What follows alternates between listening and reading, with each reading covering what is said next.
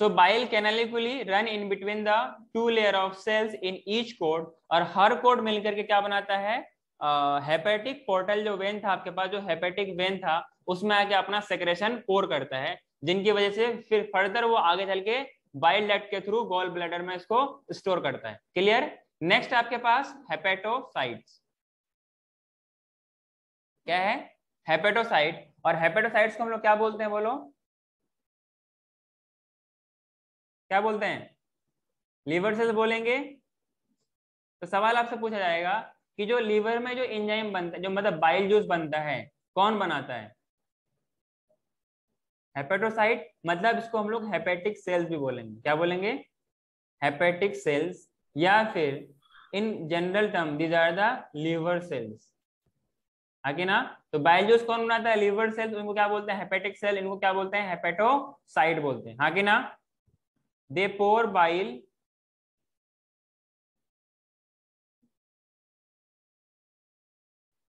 into the canaliculi. आगे ना, क्या इतनी बात तुम सबको समझ में आई? निष्का कैमरा ऑन करो।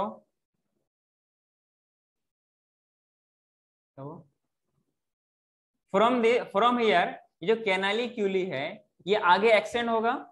अरे होगा कि नहीं होगा? ऐसा लिखते हैं इसको, it opens into branch of hepatic duct. Yes और नो?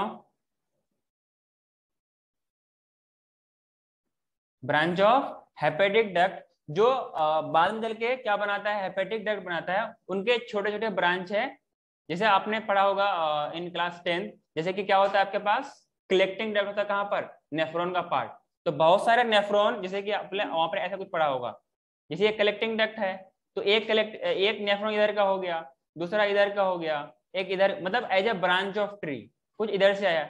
सबको अपना जो भी उसका एब्जॉर्प्शन है, जिसको उसको बाहर एक्सक्रीट करना है, वो इसमें अपना पोर करेगा। हाँ कि ना? तो इसी तरीके से इनका भी बहुत सारे ब्रांचेस होंगे। हाँ कि ना? तो क्या करेगा, जो कैनालिक्यूली है किसमें ओपन होगा? हेपेटिक डक्ट में ओपन होगा, मतलब ब्रांच ऑफ हेपेटिक डक्ट में ओपन होगा, जिनके थ्रू फाइनली कहाँ पहुंचेगा? हेपेटिक डक्ट में पहुंचेगा। और उन हेपेटिक डक्ट के थ्रू वो कुछ तो इस्तेमाल हो जाएगा, और फिर वो कुछ गॉल ब्लैडर में स्टोर हो जाएगी। हाँ कि ना? जब जरूरत पड़ेगी फिर उसको वहां से निकाल लिया जाएगा। क्या इतनी बात सबको समझ में आई? हाँ कि ना? तो it opens into the branch of hepatic duct, और इन हेपेटिक डक्ट से आगे कंटिन्यू करेगा। हाँ कि ना? बोलो। That extends to the lobule. अलग अलग लोब्यूल है, पास थ्रू लोब्यूल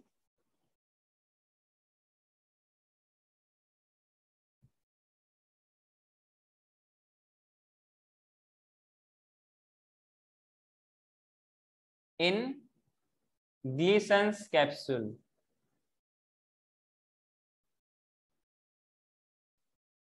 बात समझ में आई क्या? जो ग्लिसन कैप्सूल है पूरा पूरा कंप्लीट लीवर का कवरिंग उन लोबियल को थ्रू पास होता हुआ फाइनली लोब के बाहर आएगा और कॉमन बाइल डक्ट बनाएगा। क्लियर है? आगे बढ़ूं? पेन चाहिए?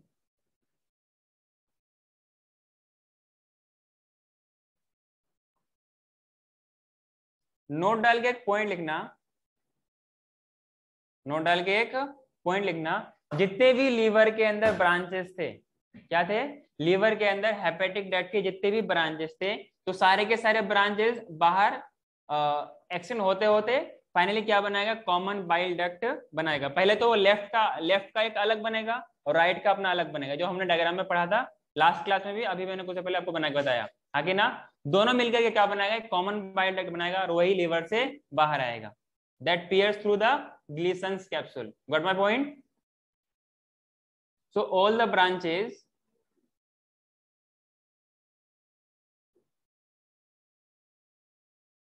of hepatic duct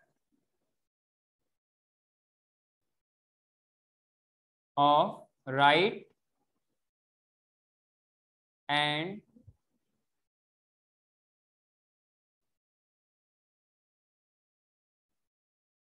पढ़े all the branches of hepatic duct of right as well as left lobe, हाँ कि ना, are combined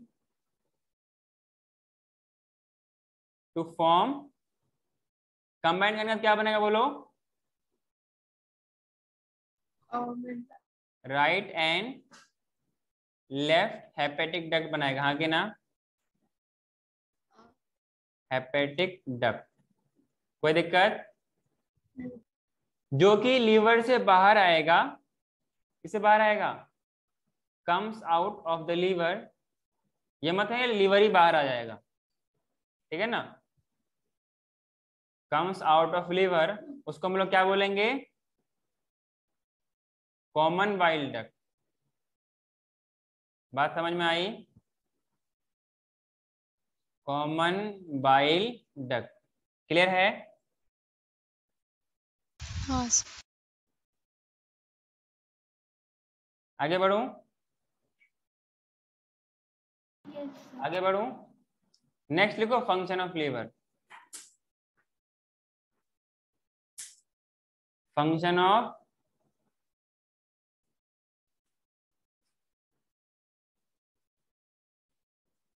लीवर।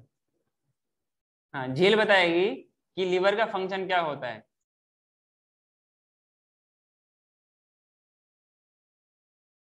बोलो, what are the function of liver?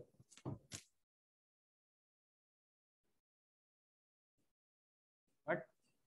बोलिए बोलिए, शर्माने से नहीं चलेगा। सब कुछ अगर मैं ही बताऊं तो फिर आप लोग क्या करोगे?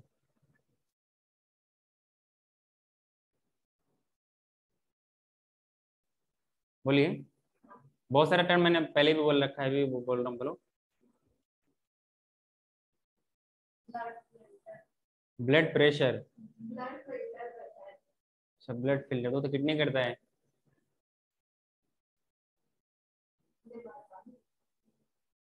हाँ काकड़े, आप बताइए। सर बाइल सिक्रेट करता है। करता है, और बाइल सॉल्ट्स भी करते हैं। क्या इसके पास कोई एंजाइम होती है? कोई एंजाइम प्रोड्यूस करता है ये? They produce no, no enzyme, मतलब कोई भी एंजाइम प्रोड्यूस नहीं करता है, लेकिन कुछ बाइल सॉल्ट्स करते हैं, बाइल जूस करते हैं, जो कि डाइजेशन में बहुत हेल्प करता है, फैट्स के डाइजेशन में हेल्प करता है, हाँ कि ना। हाँ, तो फंक्शन ऑफ लीवर की अगर हम लोग बात करें, जितने भी बायोकेमिकल रिएक्शन होते हैं, बायोकेमिकल फंक्शन होते हैं, वो कौन करता है? लीवर करता है। तो उसमें पहला पॉइंट लिखिएगा, most of the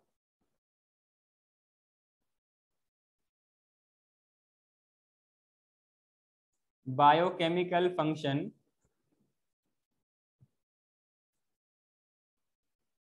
of body are done by क्या, स्टोमक,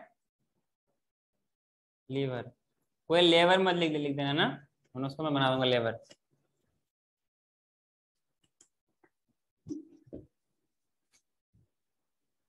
ठीक है, ये तो पहला पॉइंट हो गया। दूसरा पॉइंट है, इसमें कुछ बहुत सारे हम लोग पिछले क्लास में बात किया था और यहाँ पर भी बात किया था, मतलब कार्बोहाइड्रेट के मेटाबॉलिज्म में, कार्बोहाइड्रेट का मेटाबॉलिज्म।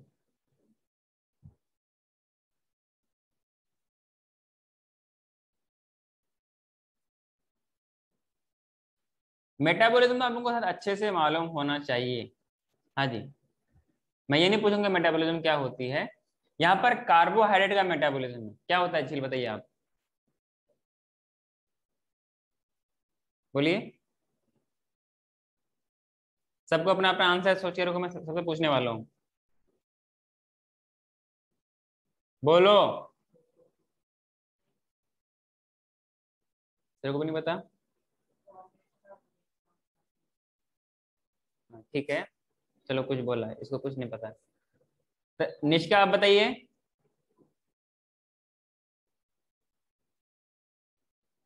निष्का, अरे बोलो। आमिया? सर वो ग्लाइकोजन ग्लूकोज से ग्लाइकोजन, ग्लाइकोजन से ग्लूकोज वापस। हाँ, मैंने क्या बोला कि कार्बोहाइड्रेट का मेटाबॉलिज्म। सो अगर हम लोग बात करें कार्बोहाइड्रेट के बारे में, तो अगर पूछा जाए कि what are the main organ for the metabolism of carbohydrate, तो क्या बोलोगे? लीवर। लीवर। तो liver is the main organ, main organ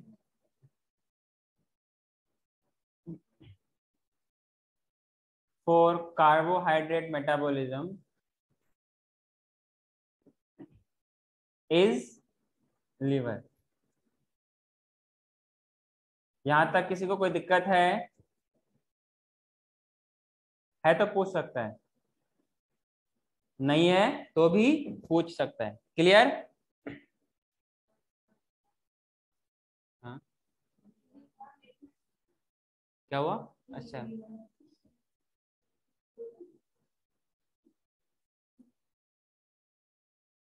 दोनों के चक्कर में मैं कहीं और पहुंच जाता हूँ। इतना समझ में आया? गया? आगे बढ़ू मैं? अरे आगे बढ़ू?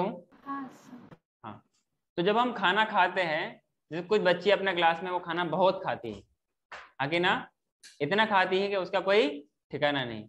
तो सारे के सारा फूड है वो इस्तेमाल नहीं हो पाता। तो जो फूड इस्तेमाल नहीं हो पाता है वो एज एक्स्ट्रा रह जाता है। अब उसको क्या करेगा? आपको पता होगा कि हम एक एनिमल स्टार्च की बात करते हैं। एनिमल स्टार्च क्या होती है? ग्लाइकोजन। ग्लाइकोजन। और स्टार्च क्या होती है? वो प्लांट्स जैसे प्लांट्स ग्लूकोज का स्टोर जो फूड बच जाती है उसको क्या बोलते हैं? स्टार्च के फॉर्म स्टार्च। में वो रह जाता है। वैसे ही एनिमल्स में जो फूड बच जाता है वो ग्लाइकोजन में कन्वर्ट होगा।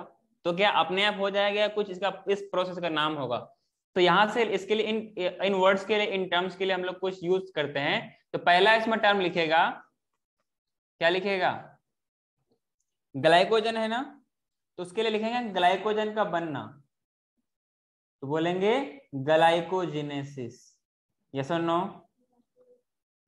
ग्लाइकोजन का बनना, दैट इज द ग्लाइकोजेनेसिस। हाँ कि ना? स्पर्म का बनना तो क्या बोलेंगे? स्पर्मेटोजेनेसिस। ओवा का बनना का तो क्या बोलेंगे? oogenesis। हाँ कि ना? अब जैसे झील का बनना तो क्या बोलेंगे? झीलोजेनेसिस। बात समझ में आई? जैसे आप ऋषिका है, तो ऋषिका का बनना तो क्या बोलेंगे? ऋषिको या ऋषिका जेनेसिस। बात समझ में आई? ऋषिका। Yes sir. तो जीनेसिस का मतलब ही होता है फॉर्मेशन। Got my point? अरे हाँ कि ना? उसमें यस लिखिए sir. The conversion of extra glucose ना। अच्छा, कार्बोहाइड्रेट से जो हमें मिलेगा तो क्या मिलेगा? ग्लूकोज मिलेगा या कुछ और मिलेगा? बोलो, क्या मिलेगा? ग्लूकोज मिलेगा। मतलब हम लोगों ने एक टर्म पढ़ा था GLUT4, जो कि सेल के अंदर ग्लूकोज को ट्रांसपोर्ट करने में हेल्प करता है। और नीट के 18 में या 19 में पूछा गया था। अगर आपने प्रीवियस ईयर के पेपर देखे होंगे, उसमें सवाल पूछा गया है। और वो थ्योरी में तो लिखे हुए है नहीं, एक छोटा सा बॉक्स में लिखा हुआ है। हाँ कि ना? तो जब फर्स्ट टाइम मुझे भी मिला, तो मतलब जब मैं पेपर को फर्स्ट टाइम देखा, तो मालूम चला कि शायद मैंने कभी पढ़ा ही नहीं। तो बाद में मालूम चला कि एनसीईआरटी में लिखा हुआ है। That is the GLUT4, glucose transport. जो कुछ उसके लिए, अब हर चीज को ट्रांसपोर्ट करने के लिए उनका उनका क्या होता है? रिसेप्टर होता है। तो GLUT4 उसके लिए क्या है? रिसेप्टर है। हाँ कि ना? बायोमोलिक्यूल्स के किसी पेज के लेफ्ट साइड में, राइट साइड में मिलेगा, राइट साइड नीचे वाले कॉर्नर में। इतना मुझे याद है, पेज नंबर एनसीईआरटी। ठीक है, बाद देख लेना। तो मैंने क्या बोला? Conversion and storage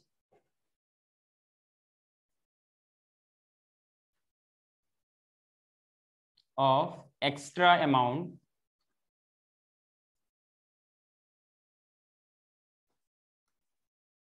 of glucose into किसमें? किसमें? ग्लाइकोजन। ग्लाइकोजन। इसी को क्या बोलेंगे? ग्लाइकोजेनेसिस। ग्लाइकोजीनेसिस। क्लियर? अरे बोलो। Yes sir.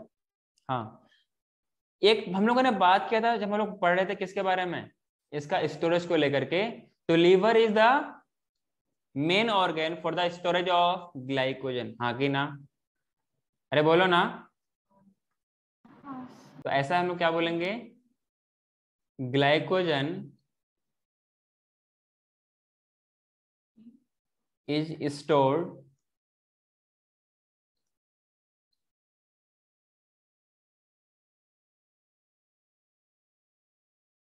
इन लीवर। बात समझ में आ रही है?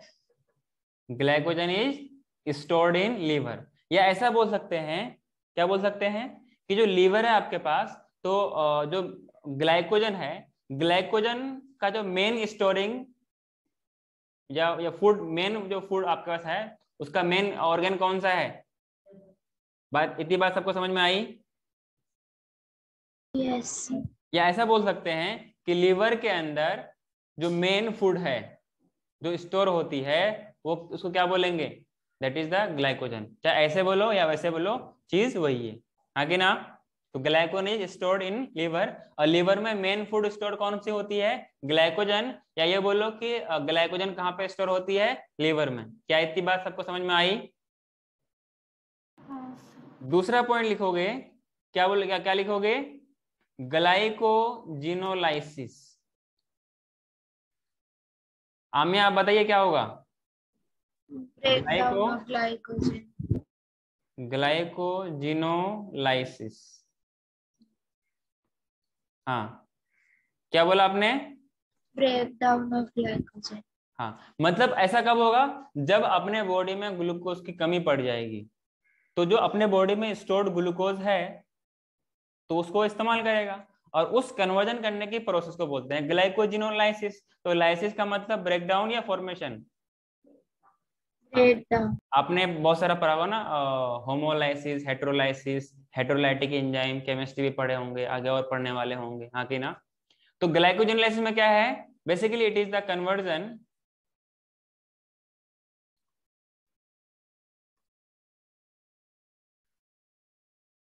of glycogen into glucose।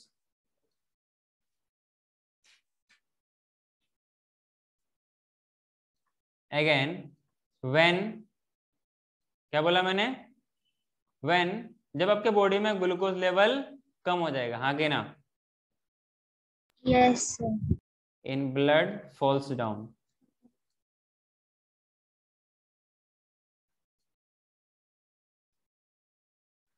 इसको क्या बोलेंगे हम लोग, ग्लाइकोजिनोलाइसिस। क्या इतनी बात समझ में आई?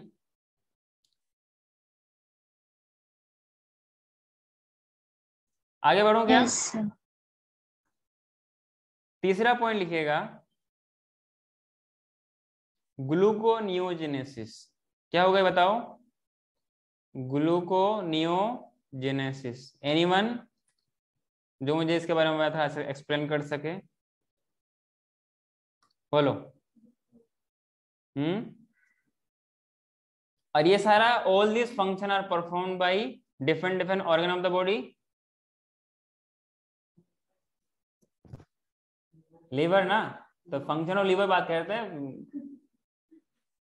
अरे बोलो ना, all this function are perform by different different organ in different different part of the body. No sir. फिर लीवर। क्या इतनी बात सबको समझ में आई? सिंपल सी बात, अगर ग्लाइकोजन देखो, जो हमने, मान लो हमने खाना खाया, मान लो पार्टी सार्टी हुई, क्या हुई, पार्टी सार्टी हुई, जे कल तो खैर पार्टी हुई नहीं, थोड़ा बहुत ने खाया था, हमने बहुत सारा खा लिया ना, तो आपके बॉडी में सेल्स को ग्लूकोज चाहिए, मतलब फ्यूल चाहिए, मतलब एनर्जी चाहिए। अब वो कहाँ से मिलेगा, ग्लूकोज से डायरेक्ट तो मिलेगा नहीं, लेकिन ग्लूकोज के फिर क्या होगा, रेस्पिरेशन होगा, फिर वो सेल में जाके उसको एनर्जी मिलेगा। लेकिन वो जो फ्यूल है वो कहाँ से मिलेगी आपको, ग्लूकोज से मिलेगी। तो जितना आपको बॉडी को रिक्वायरमेंट है वो तो इस्तेमाल कर लेगा, लेकिन सारे के सारे हमें रिक्वायरमेंट, हम कितना खाते हैं, जरूरत से ज्यादा।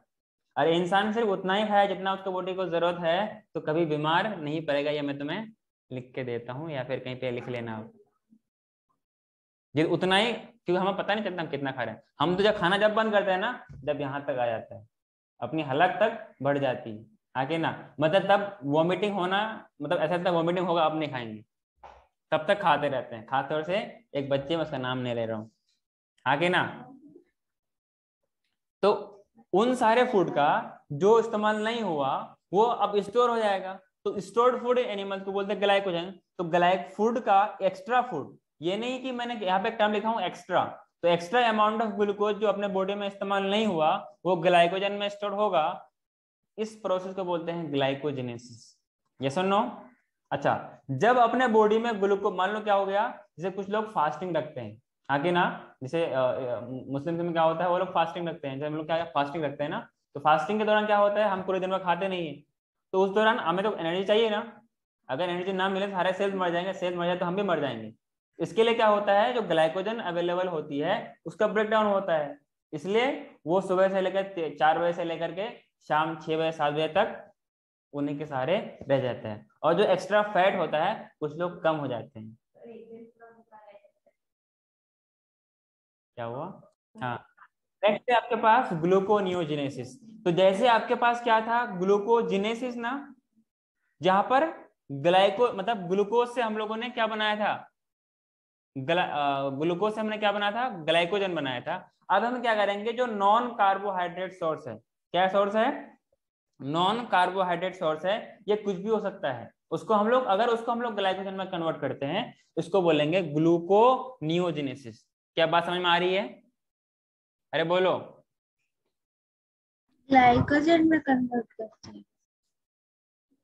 मतलब इसको हम लोग क्या करेंगे, जब अपने बॉडी को जरूरत पड़ेगी तो हमें कहीं से ग्लूकोज चाहिए ना, तो उसके लिए हमें ये वाला प्रोसेस करना पड़ेगा, ताकि उसको ग्लूकोज में कन्वर्ट करें, फिर उसको हम अपने बॉडी के सेल्स के लिए यूज करें। बात समझ में आ रही है? यस। हाँ। So at the time of need, जरूरत पड़ने पर, ये रेगुलरली नहीं होती, लीवर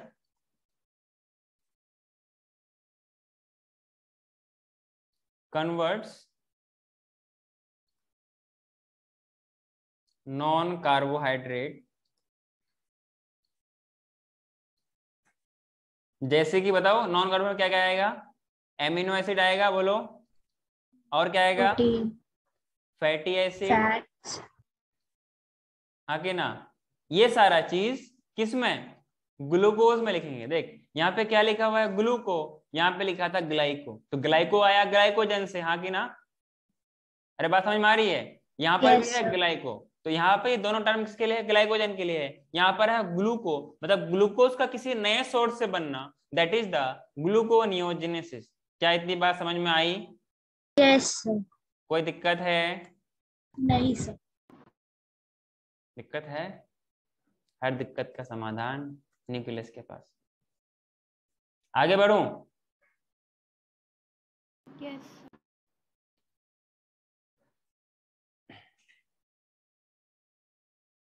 जैसे यहाँ पर ग्लूकोनियोजेनेसिस है, मतलब किसी नए, नियो का मतलब नया, हम लोगों ने पढ़ा था ना नियो सिस्टेमेटिक्स, नियो को क्या बोलते हैं, नियो बोलते हैं ना, वो अपने किसमें, सिस्टेमेटिक्स में, जब हम लोग लिविंग वर्ल्ड पढ़ रहे थे क्लासिफिकेशन।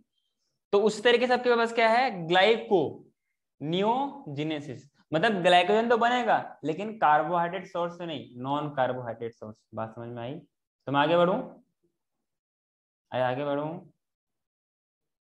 Yes sir.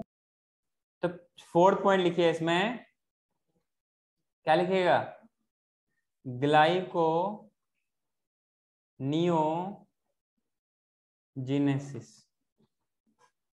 अच्छा, ये जो मैं टर्म अभी इतना मैं जोड़ दे रहा हूँ, इसलिए दे रहा हूँ कि आगे ये बहुत बार आने वाला है, मतलब उस टाइम अकेला फिर मैं एक्सप्लेन नहीं करूंगा, फिर मैं आपसे समझने की कोशिश करूंगा मैंने आपने क्या पढ़ा है, ठीक है ना? तो ये ध्यान रखना, जब हम लोग पढ़ेंगे ना एंडोक्राइन सिस्टम, तो वहां पर हार्मोन्स का काम आएगा, तो ध्यान रखना इस बात का। तो मैंने क्या बोला, ग्लाइकोनियोजेनेसिस मतलब ग्लाइकोजन का किसी नॉन कार्बोहाइड्रेट सोर्स से बनना, इसको हम लोग क्या बोलेंगे, बोलो? ग्लाइकोनियोजेनेसिस। हाँ, तो इसमें लिखिए फॉर्मेशन, या ऐसा बोलिए synthesis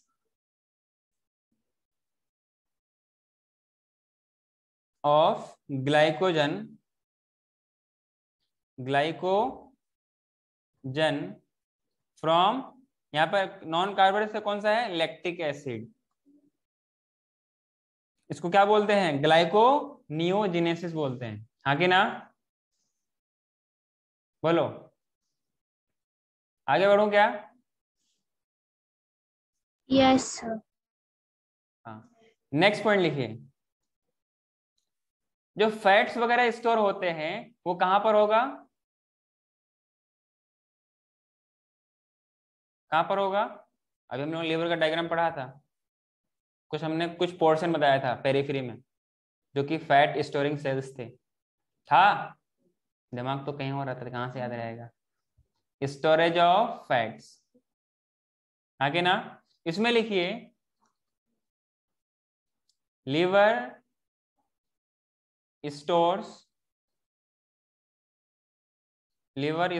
fats in small amount, थोड़े बहुत अमाउंट में ये स्टोर करता है, बाद बाकी बॉडी के चारों तरफ फैल जाते हैं, हाँ कि ना, अरे बोलो।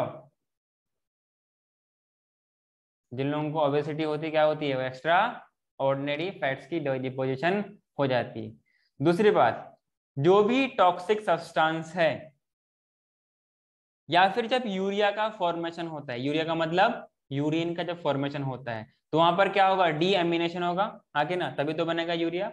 जब हम लोग पढ़ेंगे यूरिया साइकिल, उसके लिए मैंने एक अपना वीडियो है, मैं आपको दिखाऊंगा उसमें कि किस तरीके से यूरिया अपने यूरिन का फॉर्मेशन में बॉडी में होती है, किस तरीके से लीवर को काम करना पड़ता है, वो हम लोग कभी अलग से देख लेंगे, ठीक है ना। इसमें नेक्स्ट पॉइंट लिखिएगा डीएमिनेशन, मतलब जो यूरिया होगा, जब यूरिया का फॉर्मेशन होगा तो उस एक्सक्रीटिव या वेस्ट प्रोडक्ट से कैसे जो अमीनो एसिड्स है वहां पर कैसे डीएमिनेशन होगा, मतलब अमोनिया ग्रुप का रिमूवल कैसे होगा, उन प्रोसेस को क्या बोलते हैं, डीएमिनेशन, हाँ कि ना। इसमें लिखिए डीएमिनेशन एंड यूरिया फॉर्मेशन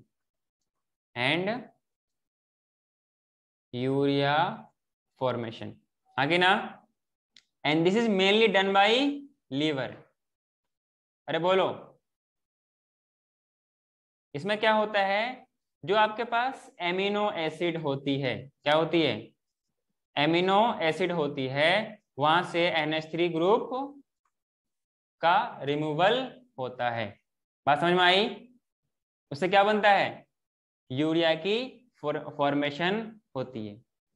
किसी ने बताया था कि ब्लड का प्यूरिफिकेशन, किसी ने क्या बोला था, ब्लड का प्यूरिफिकेशन, तो किडनी तो करता ही कि देखो ये सिर्फ आपस में अकेले नहीं काम करता है, तो हम लोगों ने जब हम लोग पढ़ेंगे एंडोक्राइन सिस्टम और नर्वस सिस्टम, तो सारे के सारे ऑर्गन्स एक दूसरे को इंटीग्रेट करते हैं, एक दूसरे को कंप्लीमेंट करते हैं और हेल्प करते हैं।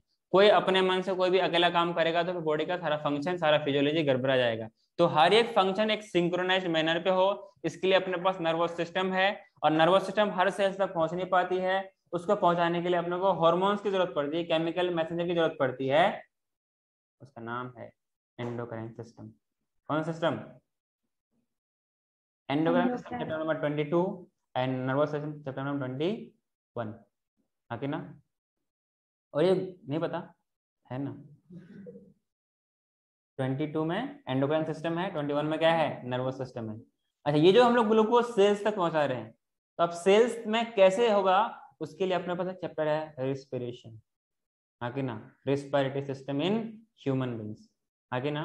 तो कितना एक एनसाइट ने कितना एक बेहतरीन तरीके से डेकोरेट कर रखा है, पहले खाना खाएगा, मजे लेगा खाना खाएगा, पेट भर के खाना खाएगा, फिर डाइजेस्ट करेगा, फिर क्या होगा, उसको डाइजेस्ट करने के लिए रिस्पिरेशन करवाएगा, मतलब आफ्टर दैट एनर्जी के लिए रिस्पिरेशन करवाएगा, फिर क्या करवाएगा, एक्सक्रीटरी सिस्टम करवाएगा, आगे ना, देन फिर क्या करवाएगा, ब्लड वगैरह के बारे में, फ्लूइड के बारे में आएगा, कैसे कहाँ तक जाएगा, फिर क्या आएगा, मूवमेंट, नाचेगा, दौड़ेगा, भागेगा, गाएगा, वो सारा चीज, लास्ट में नर्वस सिस्टम, देन फिर एंडोक्राइन सिस्टम। क्लियर है? तो नेक्स्ट पॉइंट लिखिए इसमें, प्यूरिफिकेशन ऑफ ब्लड, क्या लिखिए,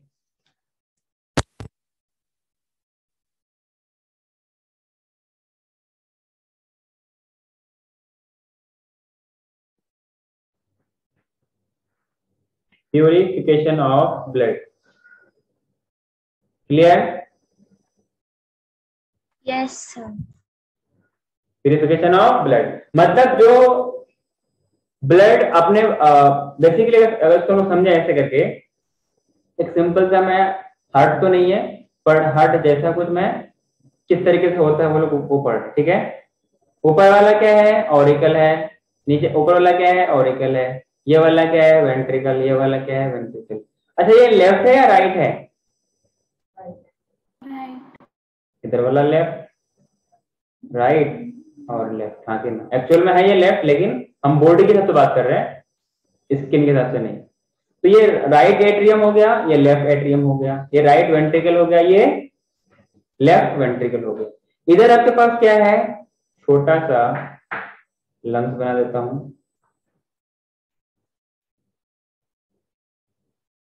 हाँ कि ना। और ये कुछ इस तरीके से कनेक्टेड होती है, हाँ कि ना, और कुछ इस तरीके से कनेक्ट होती है। बाकी फिर क्या होता है कि इससे इधर अपना पूरा पूरा रेस्ट बॉडी कनेक्टेड होती है, हाँ कि ना।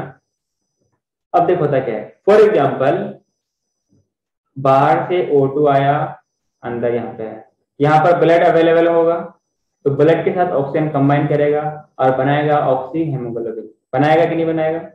उसके बाद जाएगा या ऑरिकल के पास। अच्छा यहाँ पर ये this is the only when जो कि प्योर ब्लड को कैरी करता है।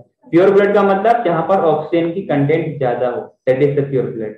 जिस ब्लड में ऑक्सीजन कंटेंट कम हो और CO2 ज्यादा हो उसको बोलते हैं इम्प्योर ब्लड। बात समझ में आई, मतलब डीऑक्सीजनेटेड ब्लड। तो pure blood is carried by from lungs to the heart by the only vein. Generally artery का काम, आर्टरी क्या करता है, प्योर ब्लड को कैरी करता है, लेकिन pulmonary vein is the only when which carries मतलब प्योर ब्लड। वहीं पर क्या होता है, यहाँ पर मिलता है pulmonary artery, this is the only artery which carries impure blood. क्या सबको मेरी बात याद रहेगी? हाँ पक्का? हाँ। तो फिर यहां से कहेगा ऑरिकल के पास, अब ऑरिकल से जाएगा वेंट्रिकल। वेंट्रिकल का काम क्या होता है, ब्लड को पंप करना, आगे ना, ब्लड को पंप करना।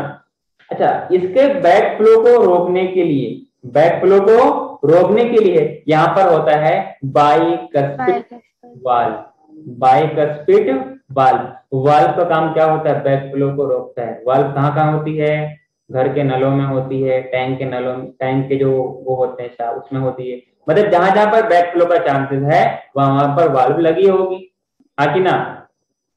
तो फिर यहां से इधर से ऑर्टा के थ्रू पूरे रेस्ट ऑफ द बॉडी में फैल जाएगा, हाँ कि ना। मतलब पूरा ब्लड इस्तेमाल होने के बाद, सब सारे सेल को ऑक्सीजन देने के बाद अब क्या होगा, with the help of fine capillaries ये कहां पर जाएगा, वेन्स के पास जाएगा। ये आर्टरी के थ्रू पूरा बॉडी में फैल गया, पूरा ब्लड सेल्स में यूज हो गया, अब पूरा ब्लड गंदा हो गया, तो with the help of capillaries, जो कि फाइन क्या होते हैं, वेन्स और आर्टरीज का कॉम्बिनेशन होता है, इसमें कहा जाएगा, वेन्स में जाएगा। फिर वेन्स से कहा जाएगा, ऑरिकल के पास, ठीक है, ऑरिकल से जाएगा वेंट्रिकल के पास, हाँ कि ना। तो जब ये साथ में कॉन्ट्रैक्ट करेगा, ऑरिकल से वेंट्रिकल में आने के लिए, बैक फ्लो को रोकने के लिए यहाँ पे कुछ 2 बाइफर्केशन होती है, यहाँ पे 3 बाइफर्केशन होती है, इसलिए इसको बोलते हैं ट्राइकस्पिड वाल्व, हाँ कि ना। जब ये कॉन्ट्रैक्ट करे ताकि बैक फ्लो होकर के वो मिक्स ना हो जाए और वो ऑक्सीजन में चले जाए, तो मतलब कुछ इस तरीके से ये पहुंच जाता है लंग्स के पास। इस तरीके से साइकिल पूरा हो गया। तो एक साइकिल ये हुआ और एक साइकिल ये हुआ। जैसे एंजियोस्पर्म में होता है डबल फर्टिलाइजेशन, वैसे ह्यूमंस में होता है डबल सर्कुलेशन। बात समझ में सबको आई? अरे हाँ कि ना। ये गंदे ब्लड है इनमें। अच्छा ये इस दौरान ये जो ब्लड जाता है, ये जो ब्लड जाता है इस दौरान, ये और यहाँ से ब्लड जो आता है, these in between these period kidney भी आता है, लीवर भी आता है, हाँ कि ना। उससे प्यूरिफाई होने के बाद ये सारे का सारा काम होता है। क्लियर?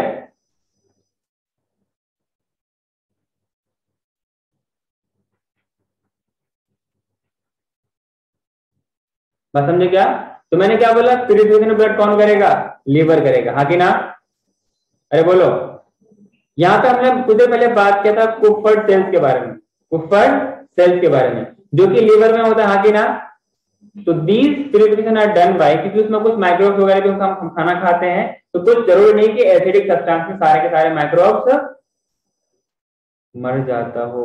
अगर ऐसा होता तो हम कभी बीमार ही नहीं पड़ते, लेकिन बीमार पड़ते हैं क्योंकि बहुत सारे माइक्रोब्स बच के चले जाते हैं। क्योंकि आपने पढ़ा है माइक्रोब्स के बारे में कि बहुत बड़े ढीठ होते हैं। कुछ हमारे बच्चों के तरह मैं उसका नाम नहीं ले रहा हूँ, ठीक है ना, मतलब जिनको एसिड का कुछ भी फर्क नहीं पड़ता है, उसके लिए वेलगोन आ जाए या अर्थ हो जाए तो कोई फर्क नहीं पड़ता। तो हम लोगों ने कुछ कुपर्ट सेल्स के बारे में पढ़ा था। कौन सेल? Of liver. ये कैसे नेचर में होते हैं? फेगोसाइटिक। आगे ना, फेगोसाइटिक सेल्स। आगे ना, इट हेल्प्स इन फेगोसाइटोसिस। गलत बात, फेगोसाइटोसिस। आगे ना, अच्छा दूसरी बात क्या, जो ब्लड वगैरह है इनकी भी एक लाइफ स्पेन होती है। कितनी होती है life span? 120 days। On an average 120 days. देखिए एक बच्चे को पता है, तुमको नहीं पता है तो बोलते क्यों नहीं पता है? तो फेगोसाइटोसिस मतलब जो डेड आरबीसी होंगे, जो डेड चीज होंगे, तो उनको फिल्टर करेगा नहीं करेगा। अब बाकी जो भी कोई डेड सब्सटेंस होंगे, डेब्रिस वगैरह होंगे या फिर जो भी कुछ होंगे, इन सबको फिल्टर करेगा। तो by the help of phagocytosis इन सबको इनगल्फ करके क्या करेगा? वेस्ट प्रोडक्ट, मतलब through expression, through waste product उसको बाहर रिलीज करने का प्रोसेस में भेज देगा। हाँ कि ना? तो मैंने बोला कि it helps in phagocytosis of dead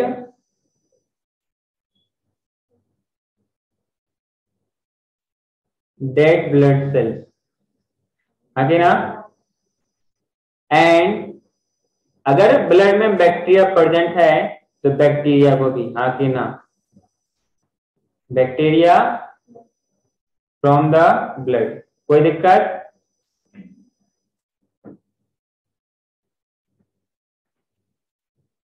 तो किसी ने ये पॉइंट कहा था, उसका पॉइंट वो भी सही था कि ब्लड का प्यूरिफिकेशन करता है। हाँ कि ना? अच्छा, प्यूरिफिकेशन का काम तो करता है कौन? ब्लड, लीवर करता है, लेकिन फिल्ट्रेशन कौन करेगा? फिल्ट्रेशन कौन करेगा? किडनी। हाँ कि ना? किडनी में क्या होगा? बोमेन कैप्सूल में। हाँ कि ना? With the help of renal tubule, जो नेफ्रॉन का पार्ट है, बोमेन कैप्सूल, रीनल ट्यूब्यूल, जिसमें पीसी आता है, डीसी आता है और हेनलेज लूप या हेलनेज लूप, दोनों बात बराबर, मतलब कान इधर से खोलो या इधर से खोलो, कान से पड़ जाएगा, कुछ और नहीं। आगे ना, आगे बात करो क्या? जल्दी लिखो।